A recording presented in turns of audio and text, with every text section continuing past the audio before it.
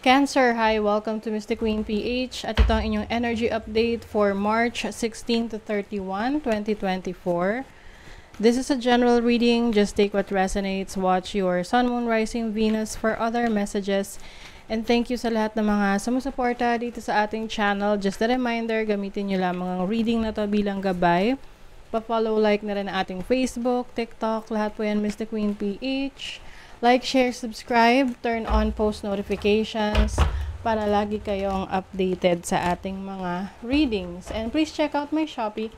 Available ang mga protection and prosperity items, bracelets, zodiac sign bracelets, and many more. Link on the description. Ayan, and if you're interested in private readings, naka 30% discount tayo. So, hanggang March 20. So you can check the description and the pinned comment for the details ng link kung saan kayo pwedeng mag-book. Okay, let's see Cancer. Everyone is on their own journey. How can you focus more on your own path? Ayan. So kanya-kanya daw tayo ng journey dito sa mundo. So may mga pagkakataon kasi na we tend to compare our life sa ibang tao. Syempre, no? Minsan, may nakakaangat sa atin at minsan naman tayo nakakaangat sa iba, diba? So, we are unique in our own way.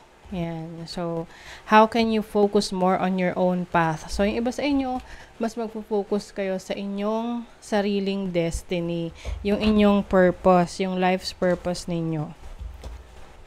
Let's see what else. Some of you are into spiritual work, spiritual healer, ganyan. Related to spirituality. Yes, you are moving on. O, diba? Life's journey. Ayan.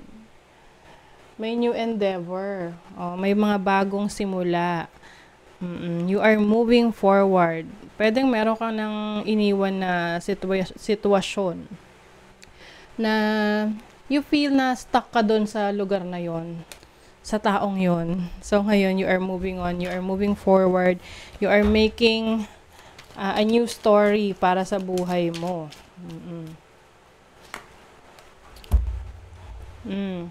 Yes, pero kasi mga bagay na hindi klaro sa'yo, no?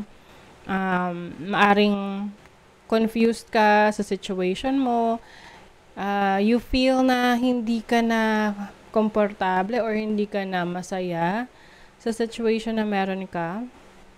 So ngayon, parang feeling mo hindi yan yung path mo. That's why you are changing the direction. So let's see what else. Overall energy nyo second half ng March 16 to 31 for Cancer. O, diba? Ace of Wands, new beginnings, travel opportunities, creative ideas. So, meron kayong mga ipupursue ngayong March na kayo ay very much excited. Oo, pwedeng bagong project, bagong business, bagong trabaho, travel opportunity. Kaklarify natin yan. So, your challenge is the 9 of Pentacles. So, pwedeng ang nagiging challenge ninyo is financial freedom. Maaring medyo imbalance, no, yung inyong cash flow ngayon or yung kaperahan ninyo, no, tipong hindi nyo nakukuha yung ini-expect ninyo sa ngayon. So, kailangan mas mag-exert pa ng effort. And I think, no, kaya siguro ganun din dahil pwedeng nasa hindi in alignment of your goals yung situation mo ngayon. That's why you are moving on, moving to a new direction. So, let's see your opportunity. Knight of Cups. May offer. Oo. Pwedeng opportunity for love.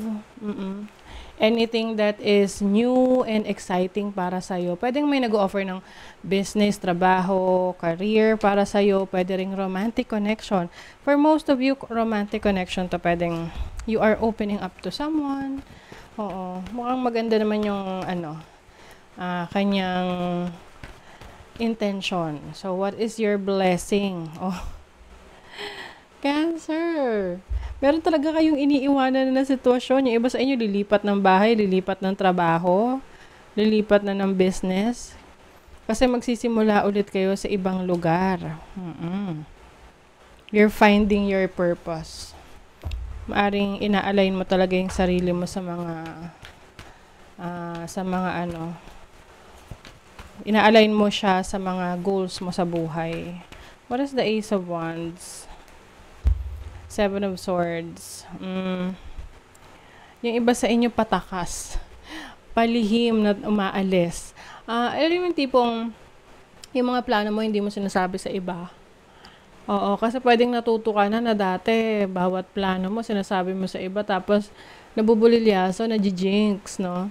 So ngayon, tahimik ka lang na nagtatrabaho. Tahimik ka lang na pinaplano yung mga gusto mong gawin. What is the Nine of Pentacles? Two of Pentacles. Yes, tinan mo. Ito yung nabanggit ko sa inyo kanina na medyo imbalance yung inyong finances. Oo, yung tipong mas malaki yung pangangailangan mo kaysa sa dumarating sa'yo ngayon. 'Di ba? Pagdating sa kaperahan. So, isa yan sa challenge mo kung paano mo mababalanse yung cash flow. Yung iba naman, medyo marami kayong kailangang asikasuhin, trabahuhin, no? So, kailangan mabalance nyo yung oras at panahon ninyo sa mga responsibilities. So, your opportunity, makes sense, Cancer. Opportunity is to start something new, to start a new career. New career opportunity for you. Pwede ring bagong experience, no? You are stepping into a new experience right now. Yung iba, freedom. You have the opportunity to free yourself. Palalayain mo na yung sarili mo sa isang limitasyon. What is the Six of Swords? Nine of Cups. May fulfillment ka. Yes, the moment na lumipat, umalis, no? Ikaw sa sitwasyon mo ngayon na hindi ka na masaya, hindi na fulfilling, ayan na, magiging masaya ka na doon sa direction na tatahakin mo. Let's say, lilipat ka ng bahay. So, sa bahay na lilipatan mo, mas magiging masaya ka doon, mas exciting, sa trabaho naman, bagong company, no? Mas may growth.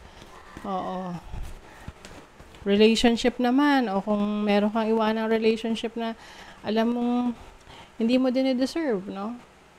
Then, yung next mo na situation, magugustuhan mo na. Okay? So, sa iyo namang money, career, finances, investing on your skills is a great way to generate income.